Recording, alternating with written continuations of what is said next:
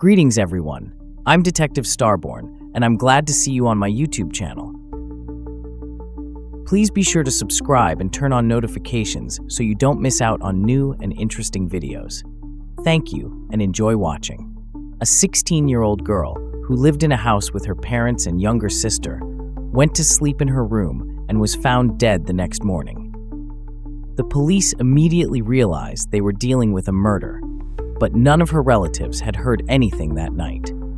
It took 31 years to finally solve this case, but no one was prepared for such a turn of events. Fawn Cox was born on March 24, 1973, in Kansas City, Missouri. Soon after, her parents had two more daughters. The family lived in a small two-story house located in a low-income residential area. From early childhood, she helped her parents care for the younger children, regularly attended church, and was passionate about swimming. When she turned 16, Fawn got a part-time job at a local amusement park. Her family lived quite poorly, and the girl strived to earn whatever money she could in her free time from studies. She spent most of the summer vacation of 1989 at work. The girl mainly worked at the cash register selling tickets for rides. On Wednesday, July 26th, she finished her shift at around 10 in the evening. Her mother and younger sister picked her up by car, as getting from the park to home by public transport would have taken very long. Almost immediately after returning home, Fawn went to bed, as she had to go to work again the next morning. The girl slept on the second floor. She had her own room.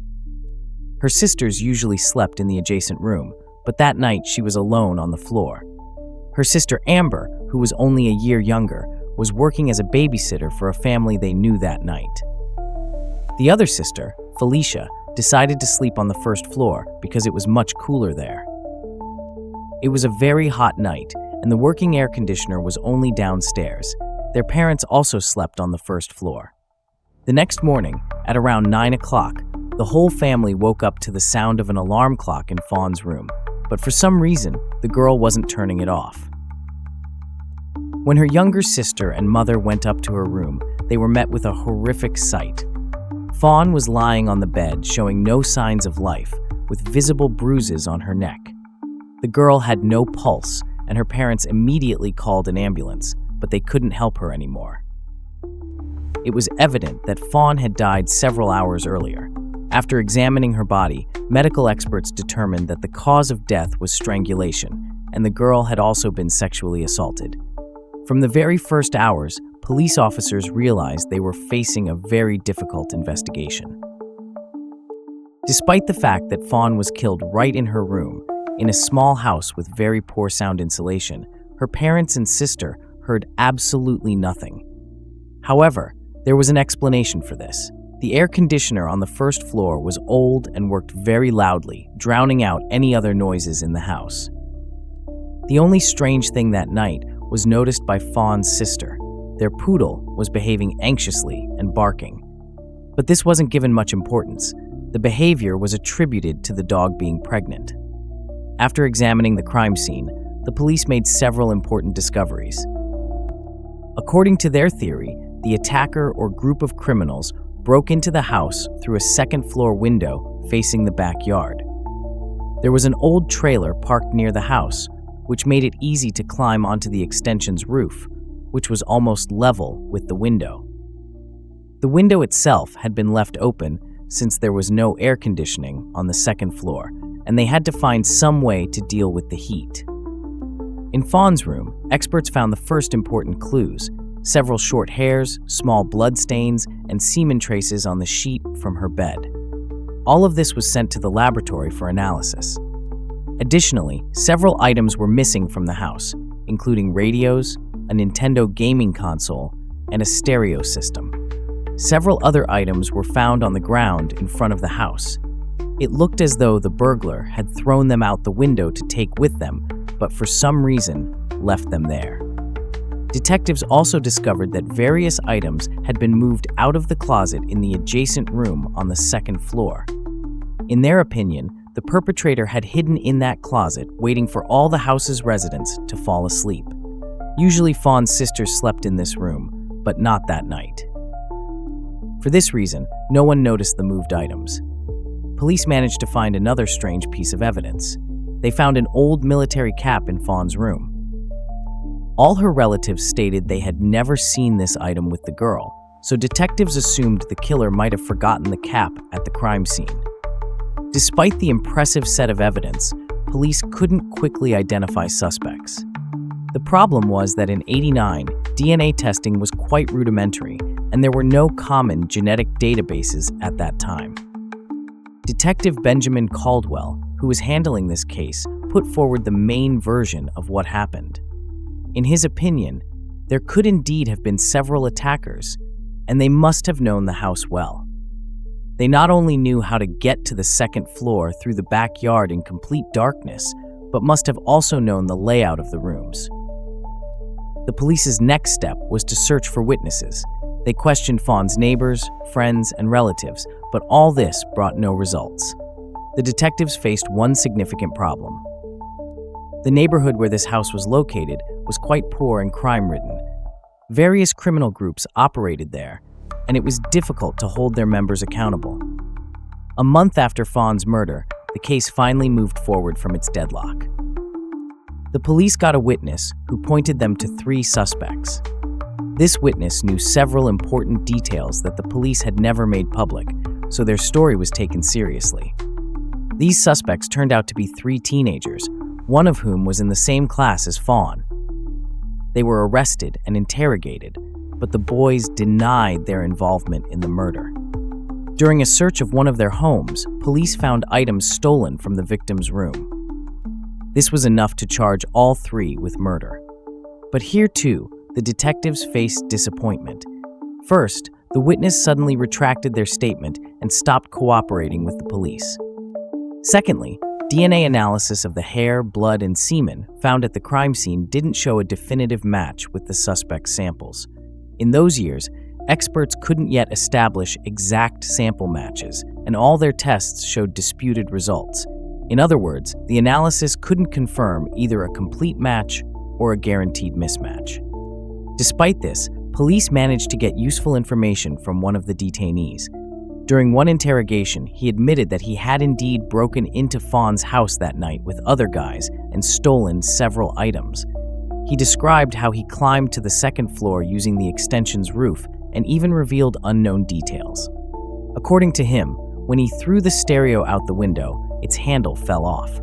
He hid it under a nearby bush, and the police indeed found this item in that exact spot.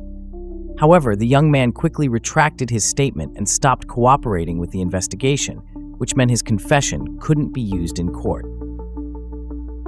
In view of all this, the police had to release these people, and the investigation again reached a dead end. Most likely, the witnesses were simply intimidated, but without their testimony in court, the case had practically no chance. It's only known that one of them spent 8 months in prison for stealing items from Fawn's house. Since then, the case was put on the back burner. The police only reopened the investigation in the early 2000s, and the first thing they did was upload the DNA samples from the crime scene to the CODIS database. It had been created several years before and contained DNA samples of people convicted of serious crimes. Unfortunately, no matches were found with Fawn's killer. The emergence of this database was the result of serious scientific progress in DNA studies. This also allowed the police to again collect DNA samples from the 3 original suspects and conduct more advanced tests. This time, experts definitively established that the hair, semen, and blood didn't belong to any of them. This was very strange, considering the fact that stolen items from Fawn were found with the suspects. Detectives theorized that the 3 guys had indeed burglarized her house that night, but there was another person with them. It was this person who sexually assaulted the girl and killed her. All this raised even more questions. Could 4 criminals really have entered the house unnoticed, killed Fawn, and left the crime scene just as undetected?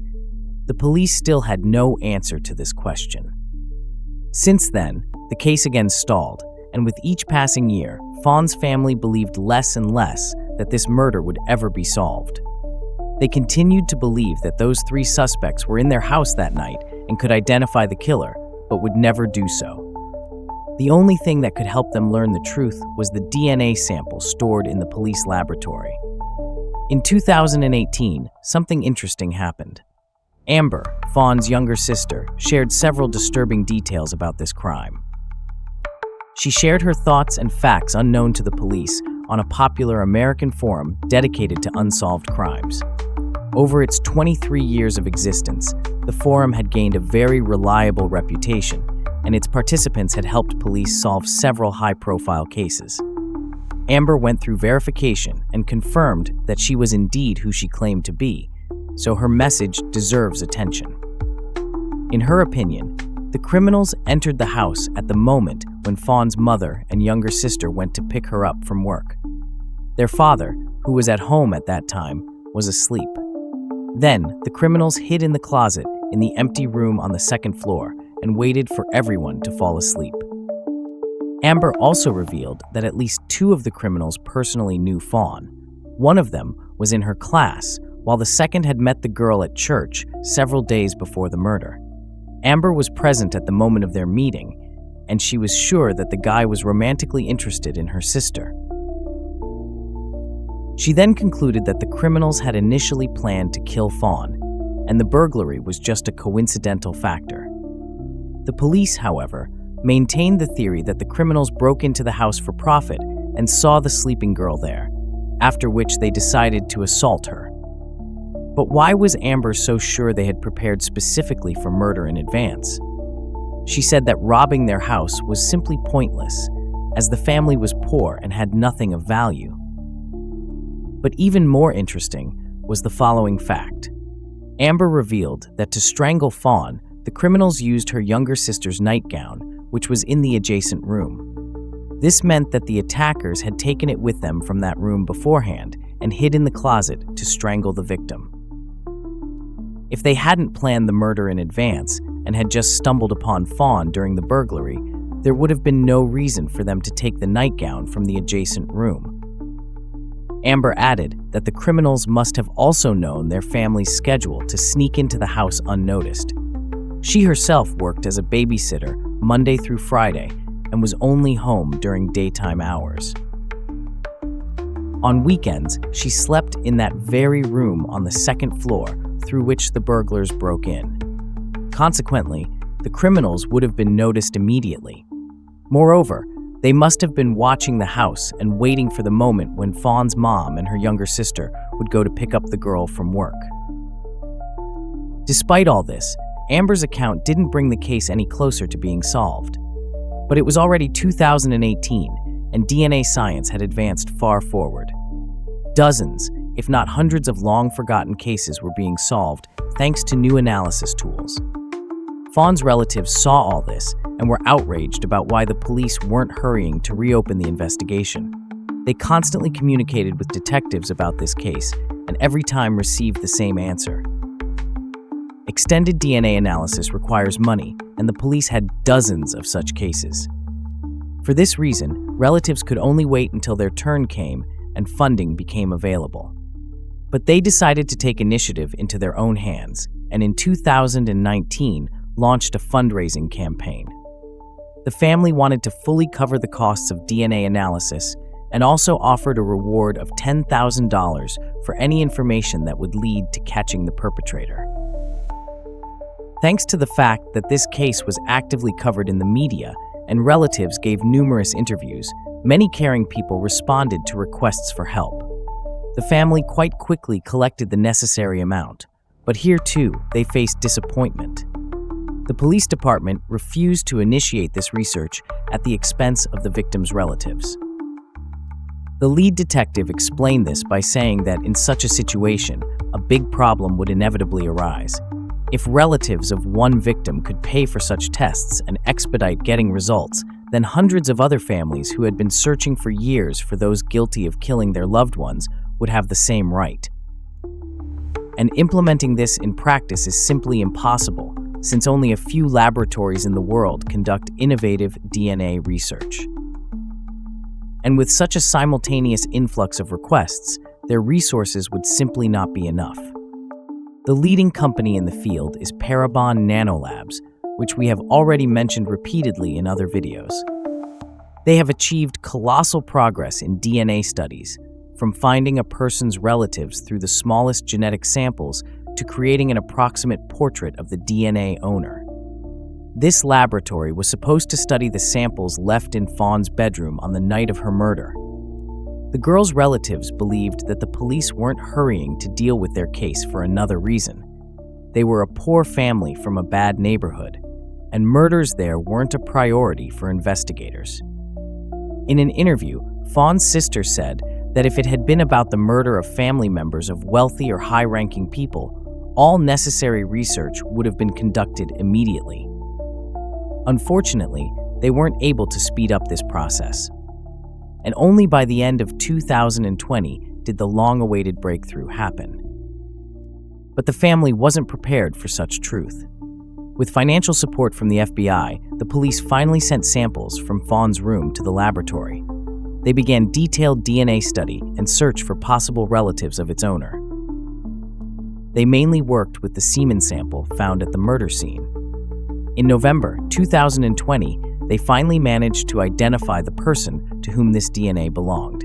It turned out to be Fawn's cousin, Donald Cox. Naturally, such news shocked the entire family. At the time of Fawn's death, Donald was 21 years old, and no one had even thought about his possible involvement. Moreover, Donald was quite a troubled person and constantly ended up behind bars. He was prosecuted for minor offenses such as theft and possession of prohibited substances. Unfortunately, in those years, DNA samples weren't taken from such offenders. Otherwise, this case would have been solved much earlier. In 2006, Donald died from an overdose, but police investigated his death as some circumstances seemed suspicious to them. It was thanks to this investigation that his DNA sample was preserved, but it wasn't entered into the FBI database since the man was a victim in that case, not a perpetrator. As soon as experts informed the police about their discovery, they compared this sample with the semen found at the murder scene and got a 100% match. Despite the gravity of this discovery, Fawn's relatives got an answer to the question that had tormented them for 31 years. But in this whole story, one very important point remained. Multiple pieces of evidence indicated that those three original suspects were also in Fawn's house that night. Now it became clear how the criminals knew the house and family schedule so precisely. Donald was a frequent guest there and knew all these nuances. However, the police closed this case, and no new charges were brought against these three men. Fawn's sister stated that she saw no point in forcing a confession from them, even though these people were present in the house that night. Perhaps they weren't even witnesses to the murder itself. Donald could have stayed in the house alone and only then attacked Fawn. The police added that these three suspects had already paid for their actions. Throughout all this time, while the case remained unsolved, the entire neighborhood was 100% sure of their guilt. Because of this, they faced extremely negative attitudes with all the resulting consequences. According to Fawn's sister, their lives were effectively ruined. Moreover, after this case was closed, it was revealed that the police initially learned about these suspects from the family of one of them. Relatives noticed a Nintendo console among his belongings and remembered that exactly such a console had been stolen from Fawn's house. This had been mentioned in the news, and every resident of the neighborhood already knew all the details. In any case, it's simply impossible to prove their guilt now, and the victim's relatives finally know the killer's identity. He lived for 17 years without bearing any punishment for what he had done, and all this time, as if nothing had happened, he continued to interact with the family. But ultimately, his addiction to prohibited substances led him to the grave, and he no longer posed a threat to anyone. Share your opinion about this story in the comments, and don't forget to like if you enjoyed the video. Thank you for watching this video, and please don't forget to subscribe to my channel. I look forward to your comments on this situation. That was Detective STARBORN. See you soon.